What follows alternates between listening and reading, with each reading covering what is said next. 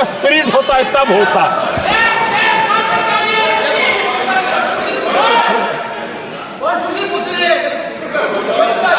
चुनाव आयोग की कमेटियां, आदरणीय अध्यक्ष जी, पहले तो प्रधानमंत्री फाइल करके निकालते थे। ये हम हैं जिसने ऑपोजिशन के लीडर को भी उस कमेटी में बिठाया है।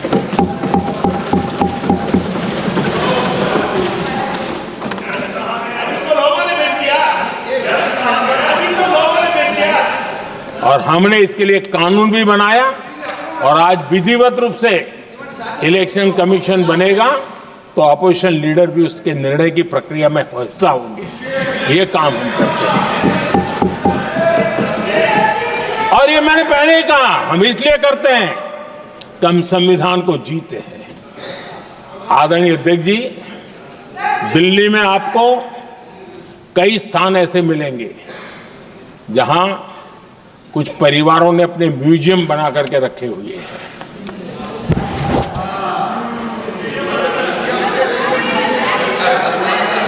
जनता जनार्दन के पैसों से काम हो रहा है। लोकतंत्र का स्पिरिट क्या होता है, संविधान को जीना किसको कहते हैं। हमने पीएम म्यूजियम बनाया और देश के पहले से लेकर के मेरे पूर्व तक के सभी प्रधानमंत्रियों के जीवन को और उनके कार्य को उस पीएम म्यूजियम बनाया गया है। और मैं तो चाहूंगा कि पीएम म्यूजियम में जो जो महापुरुष हैं उनके परिवारजनों ने समय निकाल करके उस म्यूजियम को देखना चाहिए और उसमें कुछ जोड़ने के लगता है तो सरकार का ध्यान आकर्षित करना चाहिए ताकि वो म्यूजियम समृद्ध हो और देश के बालकों को प्रेरणा। यह होता है संविधान की भावना। अपने लिए तो सब करते हैं, खुद के लिए जीने वालों की जमात बहुत छोटी नहीं है। संविधान के लिए जीने वाले यहां बैठे हैं।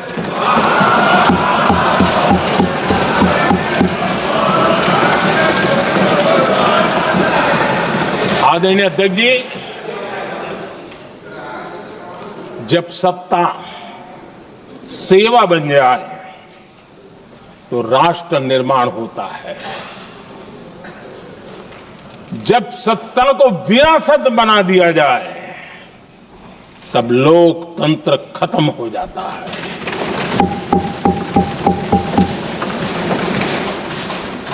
आदरणीय अध्यक्ष जी, हम संविधान की भावना को लेकर के चलते हैं। हम जहर की राजनीति नहीं करते हैं।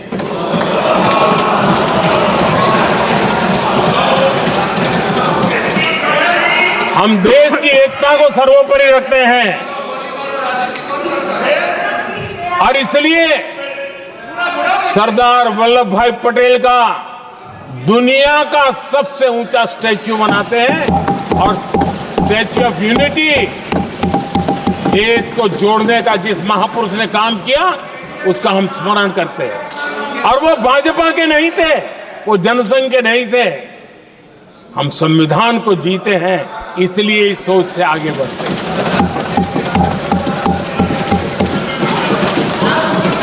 आदरणीय अध्यक्ष जी, ये देश का दुर्भाग्य है कि आजकल कुछ लोग अर्बन नक्सल की भाषा खुलेआम बोल रहे हैं।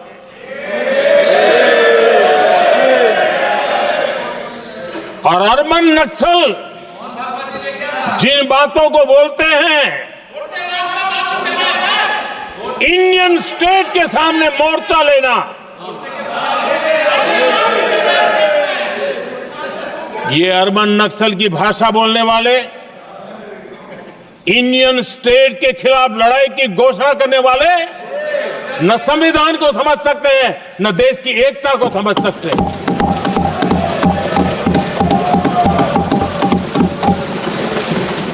आदरणीय अध्यक्ष जी, 7 दशक तक जम्मू एंड कश्मीर और लद्दाख उसे संविधान के अधिकारों से वंचित रखा गया।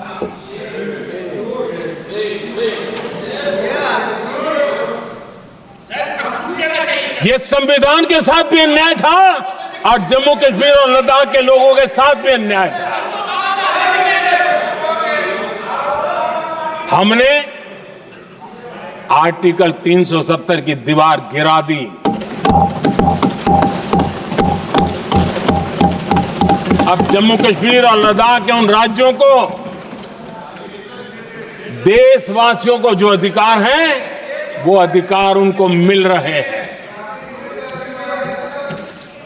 और संविधान का महात्म्य हम जानते हैं, संविधान की भावना को जीते हैं, इसलिए ऐसे मजबूत निर्णय भी हम करते हैं। आदरणीय अध्यक्ष जी, हमारा संविधान हमें भेदभाव करने का अधिकार नहीं देता है। जो लोग संविधान को जेब में लेकर के जीते हैं, उनको पता नहीं है कि आपने मुस्लिम महिलाओं को कैसी मुसीबतों में जीने के लिए मजबूर कर दिया था। हमने ट्रिपल तलाक का खात्मा कर करके संविधान की भावना के अनुरूप मुस्लिम बेटियों को हक देने का काम किया है, समानता का अधिकार दिया है।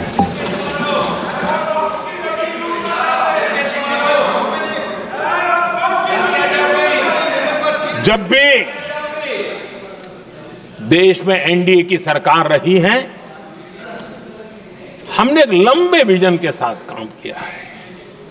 पता नहीं देश को बांटने के लिए किस किस प्रकार की भाषाओं का प्रयोग किया जा रहा है। हताशा, निराशा पता नहीं उनको कहां तक ले जाएगी, लेकिन हमारी सोच कैसी है, एनडीए के साथी मिलकर के किस दिशा में सोचते हैं। हमारे लिए जो पीछे है, जो आखिरी है, और महात्मा गांधी जी ने जो कहा था, उसकी तरफ हमारा ध्यान ज्यादा है। और उसी का परिणाम है कि अगर हम मंत्रालयों की रचना करते हैं, तो भी मंत्रालय कौन सा बनाते हैं? पूर्वोत्तर के लिए अलग मंत्रालय बनाते हैं।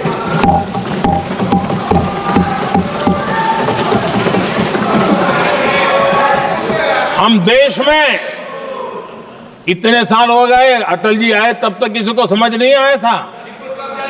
भाषण तो देते रहते हैं। आदिवासियों के लिए अलग मंत्रालय एनडीए ने बनाया। आदरणीय अध्यक्ष जी, हमारे दक्षिण के राज्य समुद्री तट से जुड़े हैं। हमारे पूर्व के कई राज्य समुद्री तट से जुड़े हैं। वहां के समाज में फिशरीज का काम और फिशरमैन की संख्या बहुत बड़ी तादाद में है। उनका भी ख्याल रखना चाहिए। और जमीन के भीतर के छोटे पानी के जो इलाके रहते हैं, वहां भी फिशरमैन के रूप में काम करने वाले समाज के आखिरी तबके के लोग हैं। ये हमारी सरकार है जिन्हें फिशरीज के लिए अलग मंत्रालय बनाया।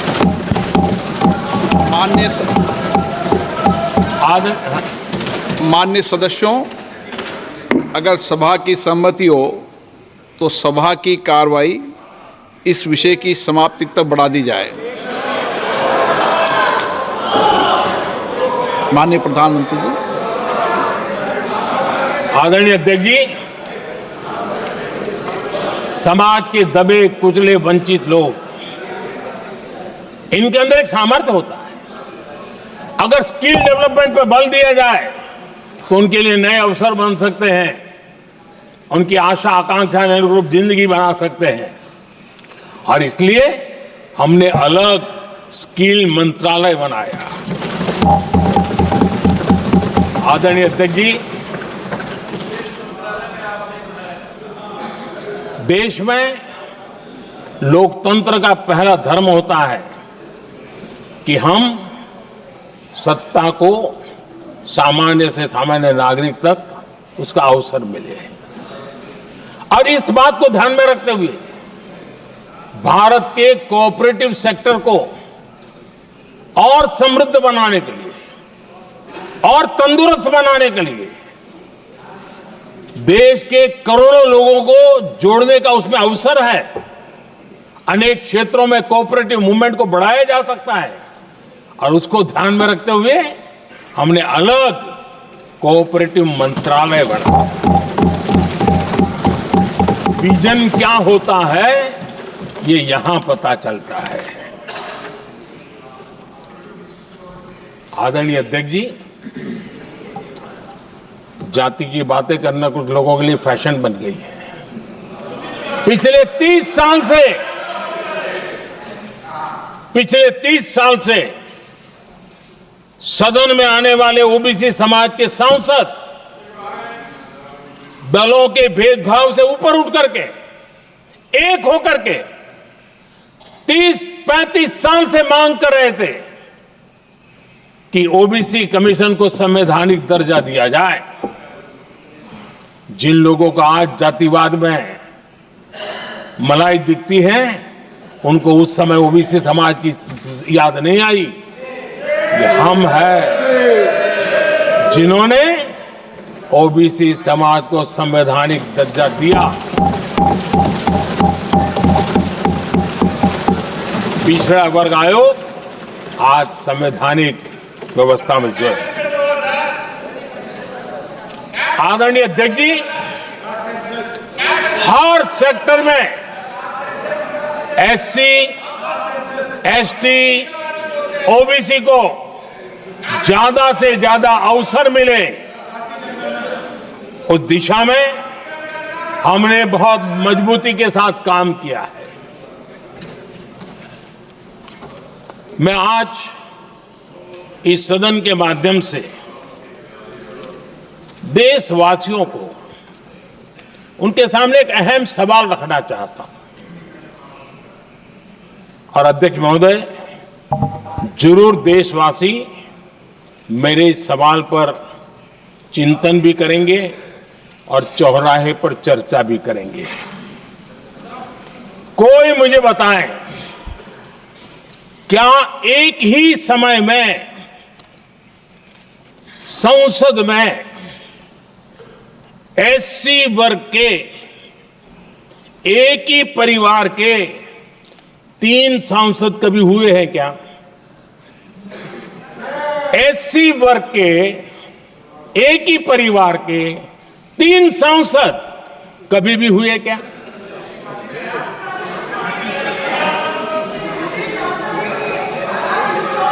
मैं दूसरा सवाल पूछता हूं, कोई मुझे बताए कि एक ही कालखंड में एक ही समय में संसद में एसटी वर्ग के एक ही परिवार के 3 एमपी हुए हैं क्या?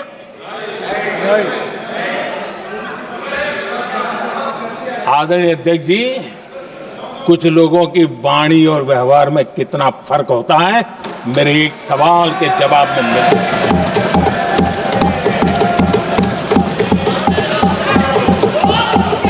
जमीन आसमान का अंतर होता है, रात दिन का अंतर होता है।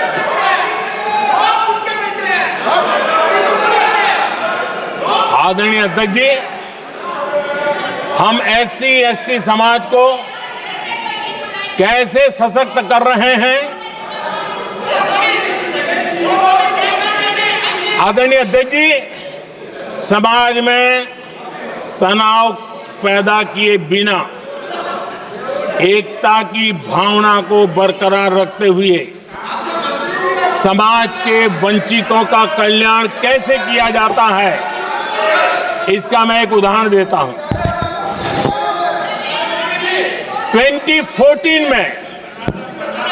2014 में 2014 से पहले हमारे देश में मेडिकल कॉलेजों की संख्या 387 थी। 2014 के पहले मेडिकल कॉलेज की संख्या 387 थी। आज 780 मेडिकल कॉलेज हैं।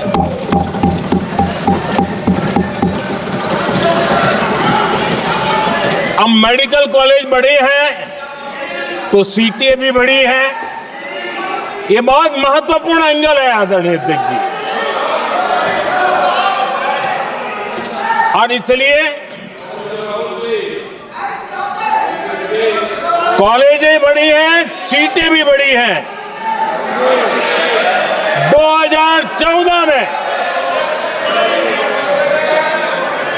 2014 में हमारे देश में एससी छात्रों की 2014 से पहले हमारे देश में एससी छात्रों की एमबीबीएस की सीट 7,700 थी। हमारे आने से पहले दलित समाज के हमारे 7,700 युवा डॉक्टर बनने की संभावना थी। 10 साल हमने काम किया, आज संख्या बढ़कर एससी समाज के 17,000 एमबीबीएस डॉक्टर की व्यवस्था की है। कहां 7,700 कहां 17,000? अगर दलित समाज का कोई कल्याण का और समाज में तनाव लाए बिना एक दूसरे के सम्मान को बढ़ाते हुए, आदरणीय अध्यक्ष जी, 2014 के पहले एसटी छात्रों के लिए एमबीबीएस की सीटें 3,800 थी। आज ये संख्या बढ़कर लगभग 9,000 हो गई है।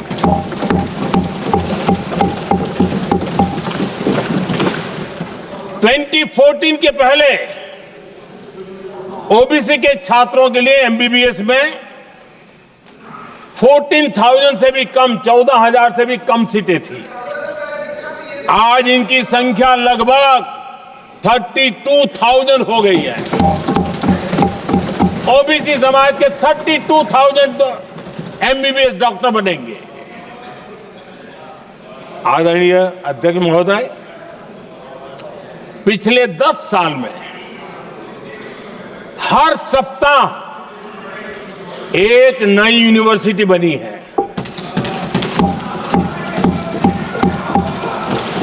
हर दिन एक नई आईटीआई बनी है।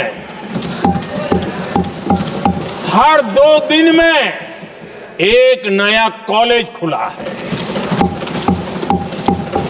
सोचिए, एससी, एसटी, ओबीसी हमारे युवा युवतियों के लिए कितनी वृद्धि हुई है, इसका आप अंदाज लगा सकते हैं। आदरणीय अध्यक्ष जी, हम हर योजना के पीछे लगे हैं 100% सिचुएशन, 100% उसको लागू करें। उसके जो भी लाभार्थी हैं वो उसमें छूट न जाए, उस दिशा में हम काम कर रहे हैं। पहले, ताकि हम चाहते हैं कि जिसका हक है उसको मिलना चाहिए। अगर योजना है, उसका हक है, तो उस तक पहुंचना चाहिए। 1 रुपया और 15 पैसा वाला खेल नहीं चल सकता। लेकिन कुछ लोगों ने क्या किया, मॉडल ही ऐसा बनाया कि कुछ ही लोगों को दो, औरों को तड़पाओ और तुष्टीकरण की राजनीति करो।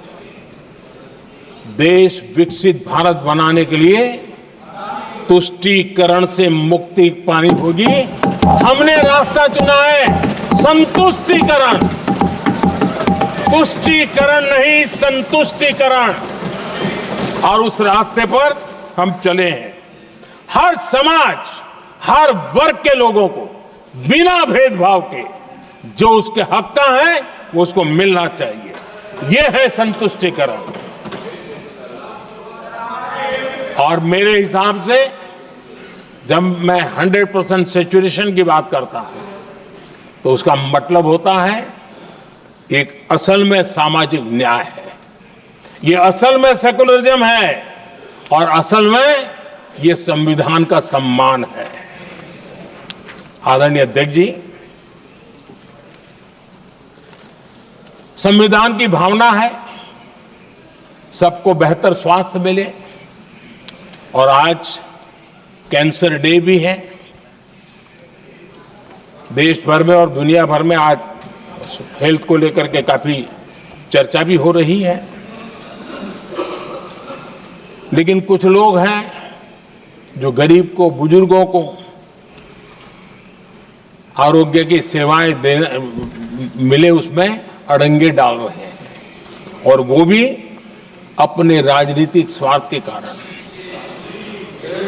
आज आयुष्मान से देश के 30,000 अस्पताल जुड़े हैं और अच्छे स्पेशलाइज्ड प्राइवेट अस्पताल जुड़े हैं, जहां आयुष्मान कार्ड वाले को मुफ्त इलाज मिलता है। लेकिन कुछ राजनीतिक दलों ने अपने संकुचित मानस के कारण, कुनीतियों के कारण गरीबों के लिए इन अस्पतालों के दरवाजे बंद करके रखे हुए हैं, और इसका नुकसान कैंसर के मरीजों को उठाना पड़ा है। पिछले दिनों पब्लिक हेल्थ जर्नल लैंसेट की स्टडी आई है। उसका कहना है कि आयुष्मान योजना से समय पर कैंसर का इलाज शुरू हो रहा है। सरकार कैंसर की जांच कराने के संबंध में बहुत ही गंभीर है, क्योंकि जितना जल्दी जांच हो, जितना जल्दी ट्रीटमेंट शुरू हो, हम कैंसर पेशेंट को बचा सकते हैं। और लैंसेट ने आयुष्मान योजना को क्रेडिट देते हुए कहा है कि भारत में इस दिशा में बहुत बड़ा काम हुआ है। आदरणीय अध्यक्ष जी, इस बजट में भी हमने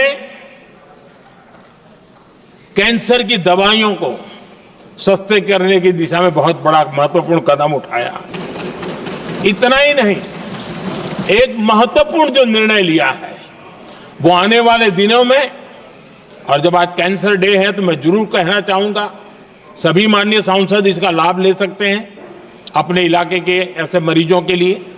और वो है मरीजों को, आप जानते हैं अस्पताल उतने नहीं होने के कारण भी काफी दिक्कत रहती है बाहर से आने वाले पेशेंट को।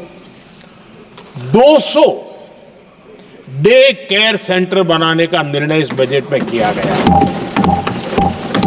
ये डे केयर सेंटर पेशेंट को भी, उसके परिवार को भी बहुत बड़ी राहत देने वाला काम करेगा। आदरणीय अध्यक्ष महोदय जी, राष्ट्रपति जी के भाषण की चर्चा के समय यहां विदेश नीति की भी चर्चा हुई, और कुछ लोगों को लगता है जब तक फॉरेन पॉलिसी नहीं बोलते तब तक वो मैच्योर नहीं लगते, इसलिए उनको लगता है फॉरेन पॉलिसी तो बोलना चाहिए फिर भले ही देश का नुकसान हो जाए। मैं ऐसे लोगों को जरा कहना चाहता हूं, अगर उन्हें सच में फॉरेन पॉलिसी सब्जेक्ट में रुचि है और फॉरेन पॉलिसी को समझना है और आगे जाकर के कुछ करना भी है, ये मैं शशि जी के लिए नहीं कह रहा हूं तो मैं ऐसे लोगों को कहूंगा, एक किताब जरूर पढ़े। हो सकता है उनको बहुत फिर कहां क्या बोलना उतनी समझ हो जाएगी। वो किताब का नाम है JFK's forgotten crisis. JF Kennedy की बात है। JFK's फॉरगॉटन क्राइसिस नाम की किताब है। ये किताब एक प्रसिद्ध फॉरेन पॉलिसी स्कॉलर ने लिखी है, और इसमें महत्वपूर्ण घटनाओं का जिक्र है। इस किताब में भारत के पहले प्रधानमंत्री, और वो विदेश नीति को भी नेतृत्व करते थे, इस किताब में पंडित नेहरू और अमेरिका के तब के राष्ट्रपति जॉन एफ कैनेडी के बीच हुई चर्चाओं और निर्णयों का भी विस्तार से वर्णन है। जब देश ढेर सारी चुनौतियों का सामना कर रहा था, तब विदेश नीति के नाम पर क्या खेल हो रहा था, उस किताब के माध्यम से सामने आ रहा है। और इसलिए मैं कहूंगा कि जरा ये किताब पढ़िए। आदरणीय अध्यक्ष जी, गोरा है, गोरा है, गोरा है, अब मत बोलो।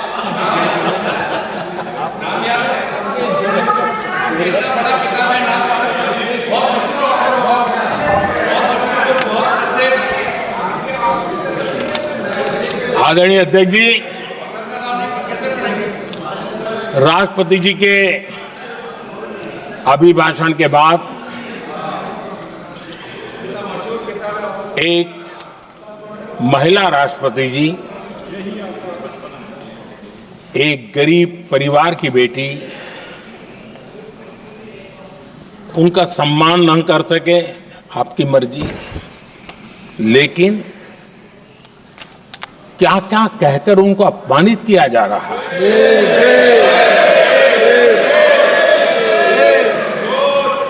मैं राजनीतिक हताशा निराशा समझ सकता हूं, लेकिन एक राष्ट्रपति के खिलाफ क्या कारण है?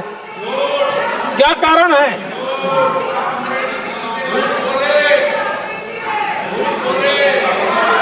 आदरणीय अध्यक्ष जी, आज भारत इस प्रकार की विकृत मानसिकता को छोड़ करके, उस सोच को छोड़ करके, विमेन लेड डेवलपमेंट के मंत्र को लेकर के आगे बढ़ रहा है। अगर आधी आबादी उसको अगर पूरा अवसर मिले तो भारत 2 गुनी रफ्तार से आगे बढ़ सकता है, और ये मेरा विश्वास है। 25 साल से इस क्षेत्र में काम करने के बाद मेरा विश्वास और दृढ़ हुआ है। आदरणीय अध्यक्ष जी, पिछले 10 साल में सेल्फ हेल्प ग्रुप्स अब तक 10 करोड़ नई महिलाएं एसएचजी में जुड़ी है, और ये महिलाएं वंचित परिवारों से हैं, ग्रामीण बैकग्राउंड से हैं।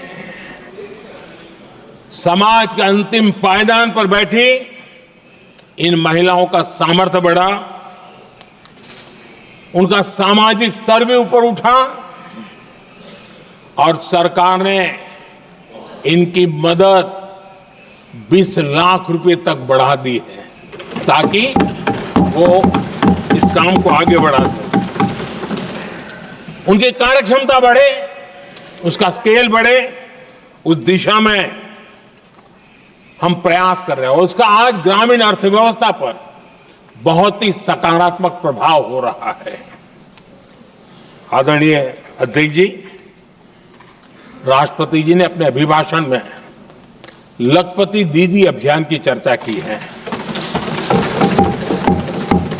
हमारी नई सरकार तीसरी बार बनने के बाद अब तक जो जानकारियां रजिस्टर हुई है, उस हिसाब से 50 लाख से ज्यादा लखपति दीदी की जानकारी हम तक पहुंची है। और जब से मैंने इस योजना को आगे बढ़ाया है, अब तक करीब करीब 1.25 करोड़ महिलाएं लखपति दीदी बनी हैं, और हमारा लक्ष्य है कि हम 3 करोड़ महिलाओं को लखपति दीदी बनाएंगे, और इसके लिए आर्थिक कार्यक्रमों का बल दिया जाएगा। आदरणीय अध्यक्ष जी, आज देश के अनेक गांवों में ड्रोन दीदी की चर्चा हो रही है। एक मनोवैज्ञानिक परिवर्तन गांवों में आया है। महिला के हाथ में ड्रोन चलाते हुए देख के गांव के लोगों का महिला के प्रति देखने का नजरिया बदल रहा है। और आज नमो ड्रोन दीदी खेतों में काम कर करके लाखों रुपया कमाने लगी हैं।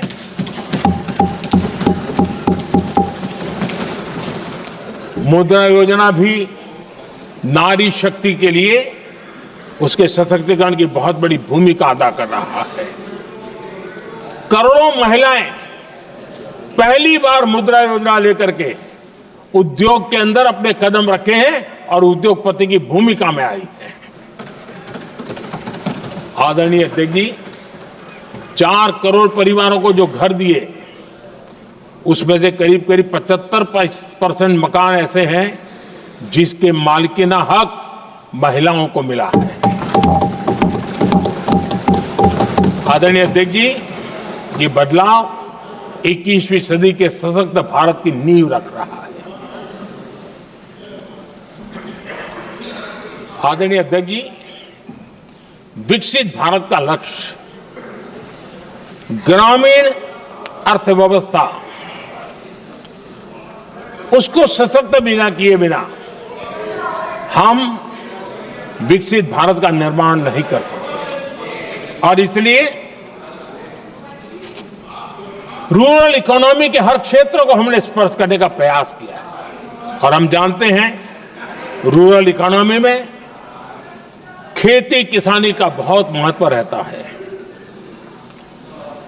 विकसित भारत के 4 स्तंभों में हमारा किसान एक मजबूत स्तंभ है। बीते दशक में खेती के बजट में 10 गुना वृद्धि की गई है, 10 टाइम। 2014 के बाद की बात मैं बताता हूं और ये बहुत बड़ा जंप है। आदरणीय अध्यक्ष जी, आज जो लोग यहां किसान की बातें करते हैं, 2014 से पहले यूरिया मांगने पर लाठी पड़ती थी, रात रात कतारों में खड़ा रहना पड़ता था। और वो जमाना था जब खाद किसानों के नाम पर निकलती थी लेकिन खेत में नहीं पहुंचती थी, कहीं और ही काले बाजारी में, और 1 रुपया 15 पैसा वाला हाथ की सफाई का खेल चलता था। आज किसान को पर्याप्त खाद मिल रही है। कोविड का महासंकट आया, सारी सप्लाई चेन डिस्टर्ब हो गई, दुनिया में अनाप शनाप दाम बढ़ गए और परिणाम ये हुआ कि क्योंकि हम यूरिया पर डिपेंडेंट हैं, हमें बाहर से लाना पड़ता है। आज भारत सरकार को जो बोरा यूरिया का 3000 रुपए में पड़ता है, सरकार ने वो झेला और किसान को 300 से भी कम कीमत पर दिया है, 300 रुपए से कम। किसान को ज्यादा से ज्यादा फायदा हो, इसके लिए लगातार हम काम कर रहे हैं। आदरणीय अध्यक्ष जी, किसानों को सस्ती खाद मिले, इस एक काम के लिए पिछले 10 साल में 12 लाख करोड़ रुपया खर्च किया गया है।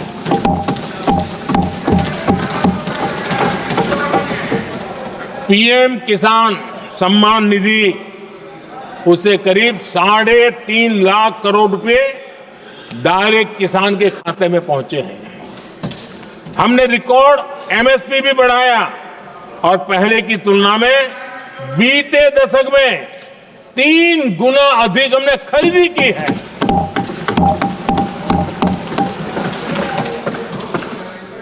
किसान को ऋण मिले, आसान ऋण मिले, सस्ता ऋण मिले, उसमें भी 3 गुना वृद्धि की गई है।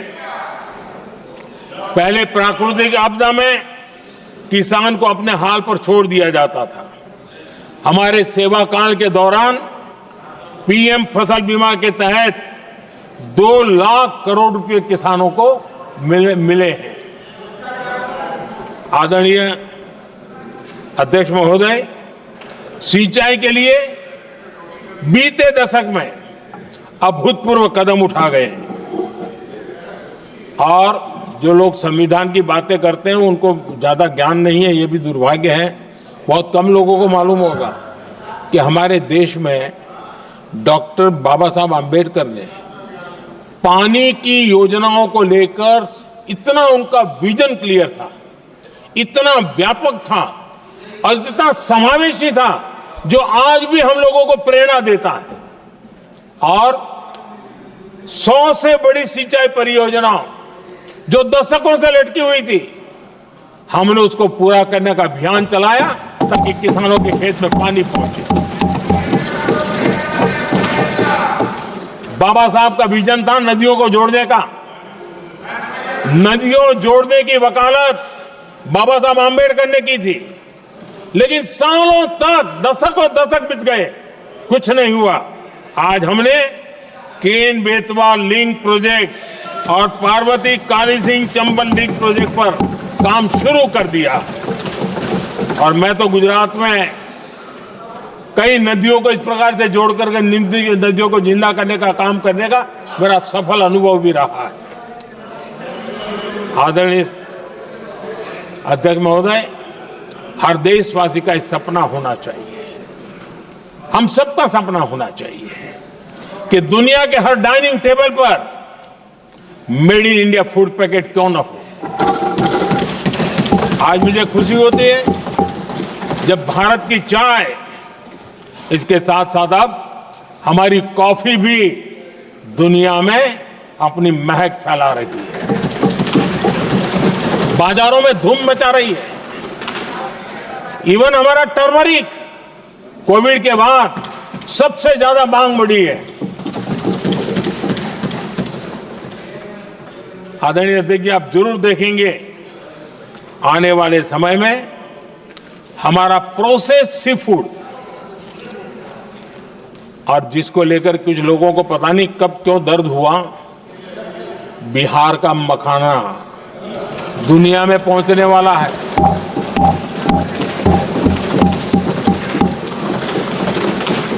हमारा मोटा अनाज यानी श्री अन्न, ये भी दुनिया के बाजारों में भारत की शान बढ़ाएगा। आदरणीय अध्यक्ष महोदय, विकसित भारत के लिए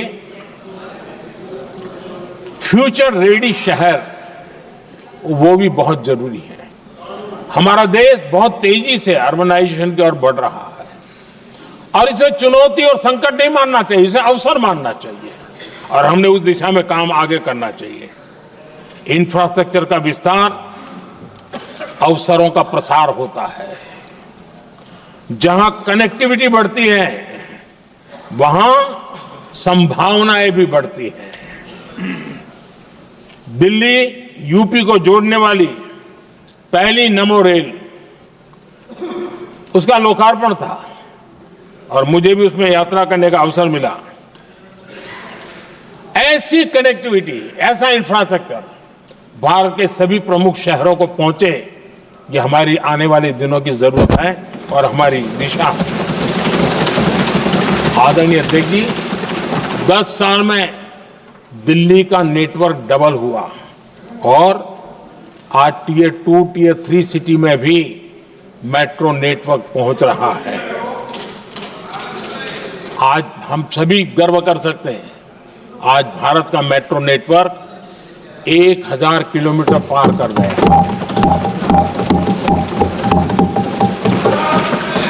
और इतना ही नहीं, वर्तमान में 1000 किलोमीटर और उस पर भी काम चल रहा है।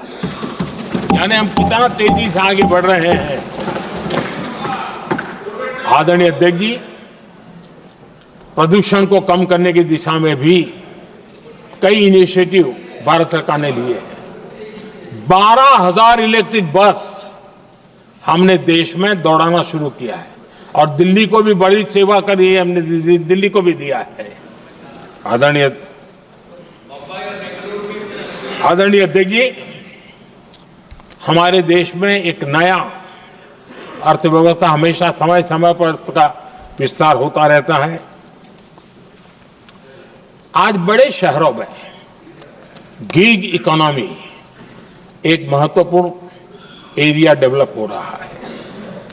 लाखों युवा इसमें जुड़ रहे हैं हमने इस बजट में कहा है कि ई श्रम पोर्टल पर ऐसे गिग वर्कर अपनी रजिस्ट्री करवाएं और वेरिफिकेशन के बाद उनको इस न्यू एज सर्विस इकोनॉमी है उसको हम किस प्रकार से सहायता कर सकें और उनको एक आईडी कार्ड मिले ई श्रम पोर्टल पे आने के बाद। और हमने कहा है कि इन गिग वर्कर्स को आयुष्मान योजना का भी लाभ दिया जाएगा ताकि गिग वर्कर को एक सही दिशा में जाने की सुविधा मिलेगी। और एक अनुमान है कि आज देश में करीब करीब 1 करोड़ गिग वर्कर है और उस दिशा में भी हम काम कर रहे हैं। आदरणीय अध्यक्ष महोदय, एमएसएमई सेक्टर बहुत बड़ी मात्रा में जॉब के अवसर लेकर आता है और ये ऐसा क्षेत्र है कि जिसमें रोजगार की अपार संभावनाएं हैं। ये छोटे उद्योग आत्मनिर्भर भारत के प्रतीक है। देश की अर्थव्यवस्था में हमारा एमएसएमई सेक्टर बहुत बड़ा योगदान दे रहा है। हमारी नीति साफ है, एमएसएमईज को सरलता, सहूलियत और संबल, एक ऐसा क्षेत्र है जिसमें रोजगार की संभावना है।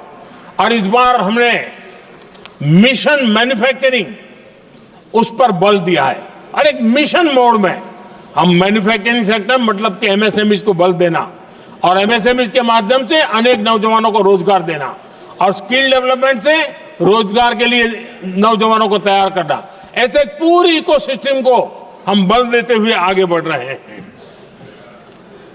एमएसएमई सेक्टर में सुधार के लिए कई पहलुओं पर हमने काम शुरू किया है।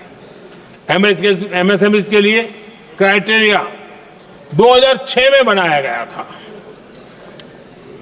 उसे अपडेट नहीं किया गया। पिछले 10 वर्षों में इस क्राइटेरिया में हमने 2 बार अपग्रेडेशन करने का प्रयास किया और इस बार एक बहुत बड़ा जंप लगाया है। पहली बार 2020 में, दूसरी बार इस बजट में हमने एमएसएमईज को आगे बढ़ाने का प्रयास किया है। हर तरफ उनको आर्थिक सहायता दी जा रही है। एमएसएमईज के सामने चुनौती फॉर्मल फाइनेंशियल रिसोर्सेज की कमी की रही है। कोविड के संकट के काल में एमएसएमईज को एक विशेष बल दिया गया। हमने खिलौना उद्योग उसको एक विशेष बल दिया। हमने कपड़ा उद्योग को विशेष बल दिया। उनको कैश फ्लो की कमी नहीं होने दी और बिना किसी गारंटी को लोन दिया। हजारों उद्योगों में लाखों नौकरियों की संभावनाएं बनी और नौकरियां सुरक्षित भी हुई। छोटे उद्योग, उनके लिए customise credit card, credit guarantee coverage, उस दिशा में हमने कदम उठाए जिसके कारण वो अपने ईज ऑफ डूइंग बिजनेस को भी बढ़ावा मिले और वो गैर जरूरी नियमों को कम करने का कारण उनका एडमिनिस्ट्रेटिव बोझ जो रहता था, एक आध व्यक्ति को उनको काम पर पैसा देना पड़ता था, वो भी बंद कर दिया गया। एमएसएमईज को बढ़ावा देने के लिए जो हमने नई नीतियां बनाई है, आपको खुशी होगी, एक समय था 2014 के पहले खिलौने जैसी चीजें हम इंपोर्ट करते थे। आज मैं गर्व से कह सकता हूं कि मेरे देश के खिलौने बनाने वाले छोटे उद्योग आज दुनिया के अंदर खिलौने एक्सपोर्ट हो रहे हैं।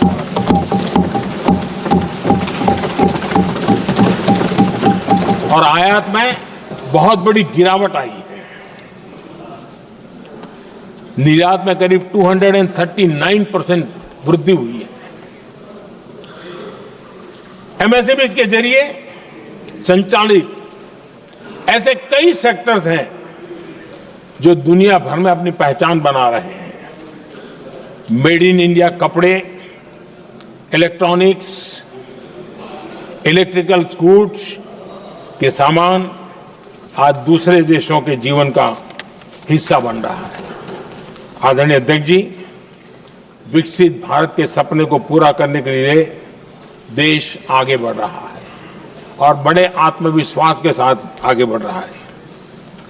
विकसित भारत का सपना ये कोई सरकारी सपना नहीं होता है, वो 140 करोड़ देशवासियों का सपना है और इस सपने को हम सब ने जितनी ऊर्जा दे सकते हैं देने का प्रयास करना है। और दुनिया में उदाहरण है, 20-25 साल के कालखंड में दुनिया के कई देश विकसित बनकर के दिखाया है। तो भारत के पास तो सामर्थ्य अपार है, हमारे पास डेमोग्राफी है, डेमोक्रेसी है, डिमांड है, हम क्यों नहीं कर सकते। इस विश्वास के साथ हमें आगे बढ़ना है और हम भी 2047 जब देश आजाद होगा, तब आजादी के 100 साल होंगे जब, तब हम विकसित भारत बन के रहेंगे। ये सपने लेकर के चलना चाहिए। और आदरणीय अध्यक्ष जी, मैं विश्वास से कहता हूं हमें और बड़े लक्ष्य पार करने, और हम करके रहेंगे। और माननीय अध्यक्ष जी, ये तो अभी हमारी तीसरी ही टर्म है।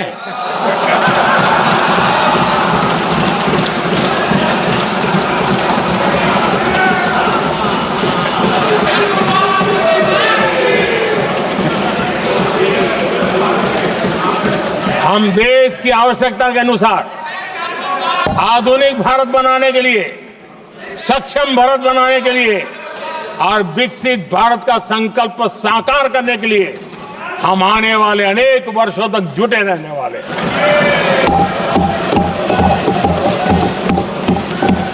आदरणीय अध्यक्ष जी, मैं सभी दलों से आग्रह करता हूं,